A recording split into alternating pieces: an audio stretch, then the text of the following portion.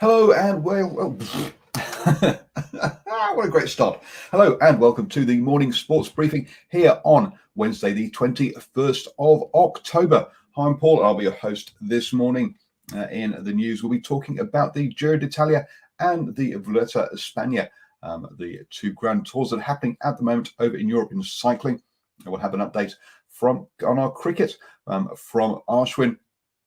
Stephen will take us through the sporting birthdays this morning. We'll be talking about rugby union with a sad day with Eddie Tonks passing away, and also some coaching news in various teams.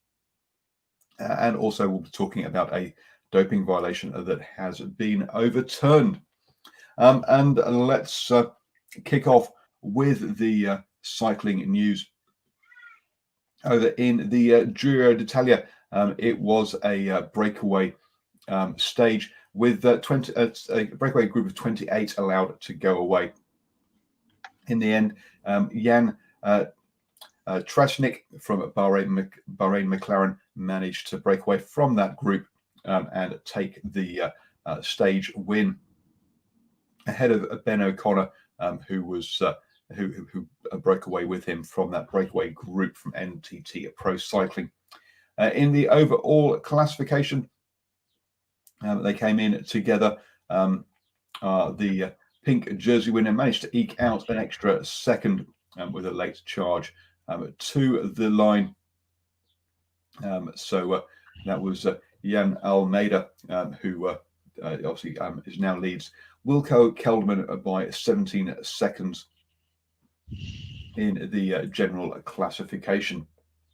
Over in the Vuelta a España, and it was the first stage of the 18-stage race. Normally it's 21 stages, obviously been slightly shortened due to coronavirus.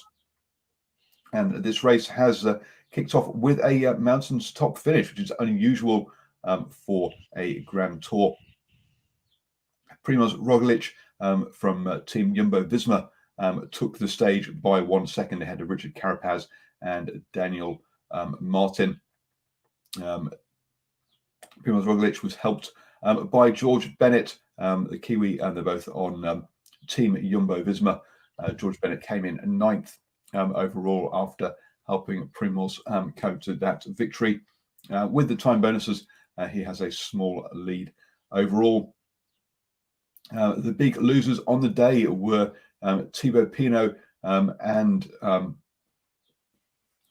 Chris Froome, two pre-race contenders, but they lost 10 and 11 minutes. And you've got to say their races are already over after just one stage in. I'm going to hand you over to Archie now, who's going to take us through our cricket news. Good morning, Paul, and good morning to all our viewers and listeners on the interweb. And Ripon chalks up the first domestic century of the season. As wickets fell all over the country, Michael Ripon has scored the first century of the new domestic season in New Zealand for Otago against Auckland on the first day of their Plunket Shield match at Eden Park. He scored more than half the team's runs as Otago were bowled out for 186, Ripon scoring 106. In reply, Auckland is 79 for 3. And on a side note, we had our first COVID substitution as Mark Chapman, who was feeling unwell, was subbed out for Ben Lister just before the start of the match. And it wasn't Calypso Collapso, it was Wellington Collapso at the Basin Reserve, as Canterbury bowled out Wellington for just 65, with the Black Cap then waiting, top scoring with 31, that's Devon Conway. Whilst the pitch resembled the outfield, some of Wellington's shot selection has to be questioned. In reply, Canterbury 148 for 5. And in the match between Northern Districts and Central Districts, which is most likely heading for a draw, in another truncated day of cricket, Jeet Raval continued on to 68 and Henry Cooper 48 as Northern made it through to 121 without loss. There's only been about 34 overs bowled in that match over 2 days. And is this the start of the Kings 11 charge up the table? Kings 11 have beaten the Royal Challengers Bangalore and Mumbai Indians, and now this morning they have overcome table toppers Delhi Capitals. The Capitals batted first and scored 164 for 5. Shikhar Dhawan scoring 106 from 61 balls, but the Capitals' innings lacked that explosive acceleration towards the end of the innings. In reply, for the Kings 11, Nicholas Pooran scored 53 off 28, and Chris Gale 29 off 13 as they got home with over to spare or with an over spare. I'll get that out eventually. Anywho, that sees the Kings 11 starting to move up the table. And as I said, it'll be interesting to keep an eye on them as they start to make a charge up the table and see whether they can start to get towards the top. And that, Paul, is our cricket news for today. Nope, you're on mute. Fine. Thank you very much, Ashwin. And let's hand over to Stephen, who will take us through our birthdays this morning. And I find the right window, that is, to press play. There we go. Thank you, Paul, and good morning to everybody tuning into New Zealand Sport Radio and birthdays today. A Rugby World Cup winning Black Fern, an Indian-born black cap, and finally a New Zealand field athlete with an impressive CV. That's where we start this morning. Gavin Brian Lovegrove, or Gavin Lovegrove, born this day, the 21st of October, 1967, is a retired New Zealand track and field athlete who competed in the javelin throw. His personal best of 88.20 metres set in 1996 is the New Zealand record. During his career, he twice represented his homeland at the Summer Olympics 1992 and 1996, and he won a bronze medal at 3 consecutive Commonwealth Games in 1986, 1990, and of course 1994. He also participated in 5 World Championships in 1987, 1991, 1993, 1995, and 1997. He also twice broke the world junior record, 76.68 metres and 79.58 metres, both in 1986, and was a 6-time national champion in 1987, 1990, 91, 92, 93, and 1994. Moving right along, AJ's Eunice Patel, born this day, the 21st of October 1988, is a New Zealand cricketer who plays for Central Districts in the domestic cricket. He made his international debut for New Zealand cricket team in October 2018. The following month, he made his test debut for New Zealand, taking 5 wickets in the second innings. He emigrated with his family from Mumbai when he was 8 years old and was formerly a left-arm seam bowler. In May 2020, New Zealand Cricket awarded him a central contract ahead of the 2021 season. And finally this morning, going to the Oval Ball game, Te Kura Rongo Ngā Aranga Mate, born this day, the 21st of October 1991, is a New Zealand Rugby Union footballer who has represented New Zealand in Rugby Union and the Cook Islands in Rugby League. She debuted for the Black Ferns in 2014 against Australia. She was named in the Black Ferns squad for the 2017 Women's Rugby World Cup in Ireland, and she also became a Rugby World Cup winner. She's also played for the Cook Islands at the 2017 Women's Rugby League World Cup and in the Rugby League Nines in 2018.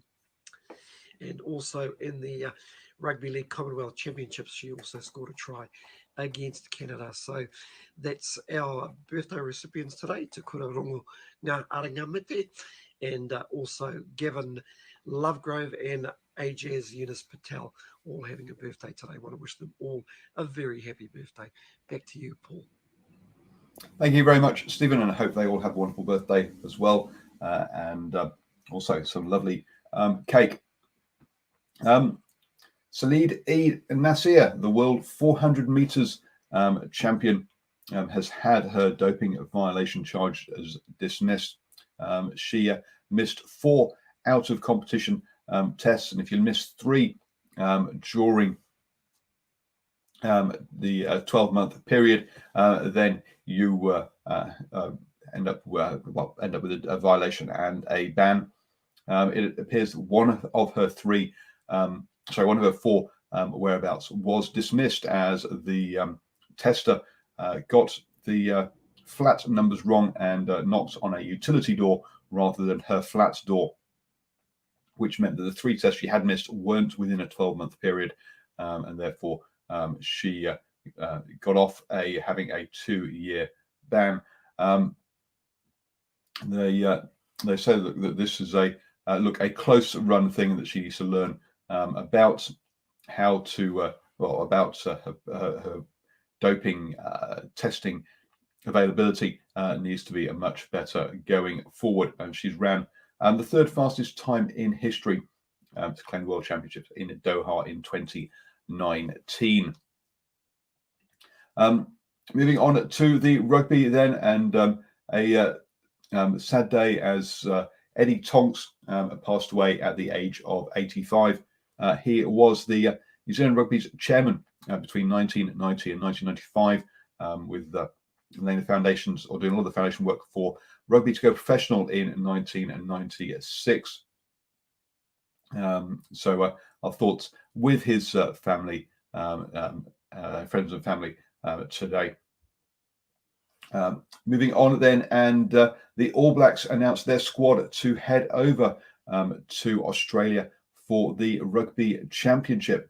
And the All Blacks will travel with an initial squad of 36 players, with Savia and Lualala to join them in a week or two.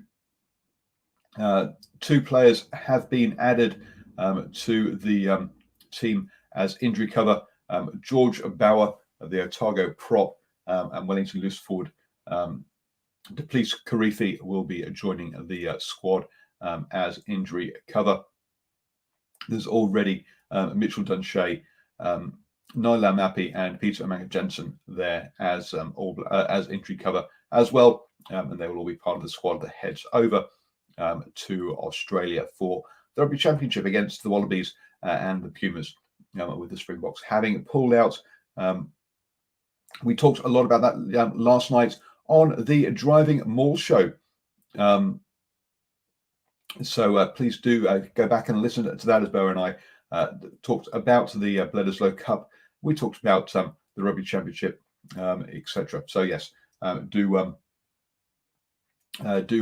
join us for do go back and listen to that. You can also listen to it on the go as well. Just download your favorite podcatcher, be that iTunes, Spotify, iHeartRadio, and search for New Zealand Sports Radio. In coaching news, and as expected, Tony Brown has been announced as the Highlanders' new head coach after Aaron Major stepped aside after 3 years in the role. Tony Brown has signed a 2-year contract before he will then return to assistant coaching roles with Japan ahead of the 2023 Rugby World Cup. Good luck to Tony Brown. My pick for the head coaching role there was Ben Herring, but it looks like Ben Herring is is off to Japan, where he'll be assistant coach for the Hino Red Dolphins over there. So congratulations to both of those on their new coaching appointments. Don't forget to join the Standoff show this evening at 8 p.m, where Brad will take you through all of the NRL news ahead of the grand final this coming weekend. Also, he'll be having a chat about their award, the annual award ceremony, as well. We reported on yesterday. So you have now started the day the best way, up to speed with all the important sports news here on New Zealand Sports Radio.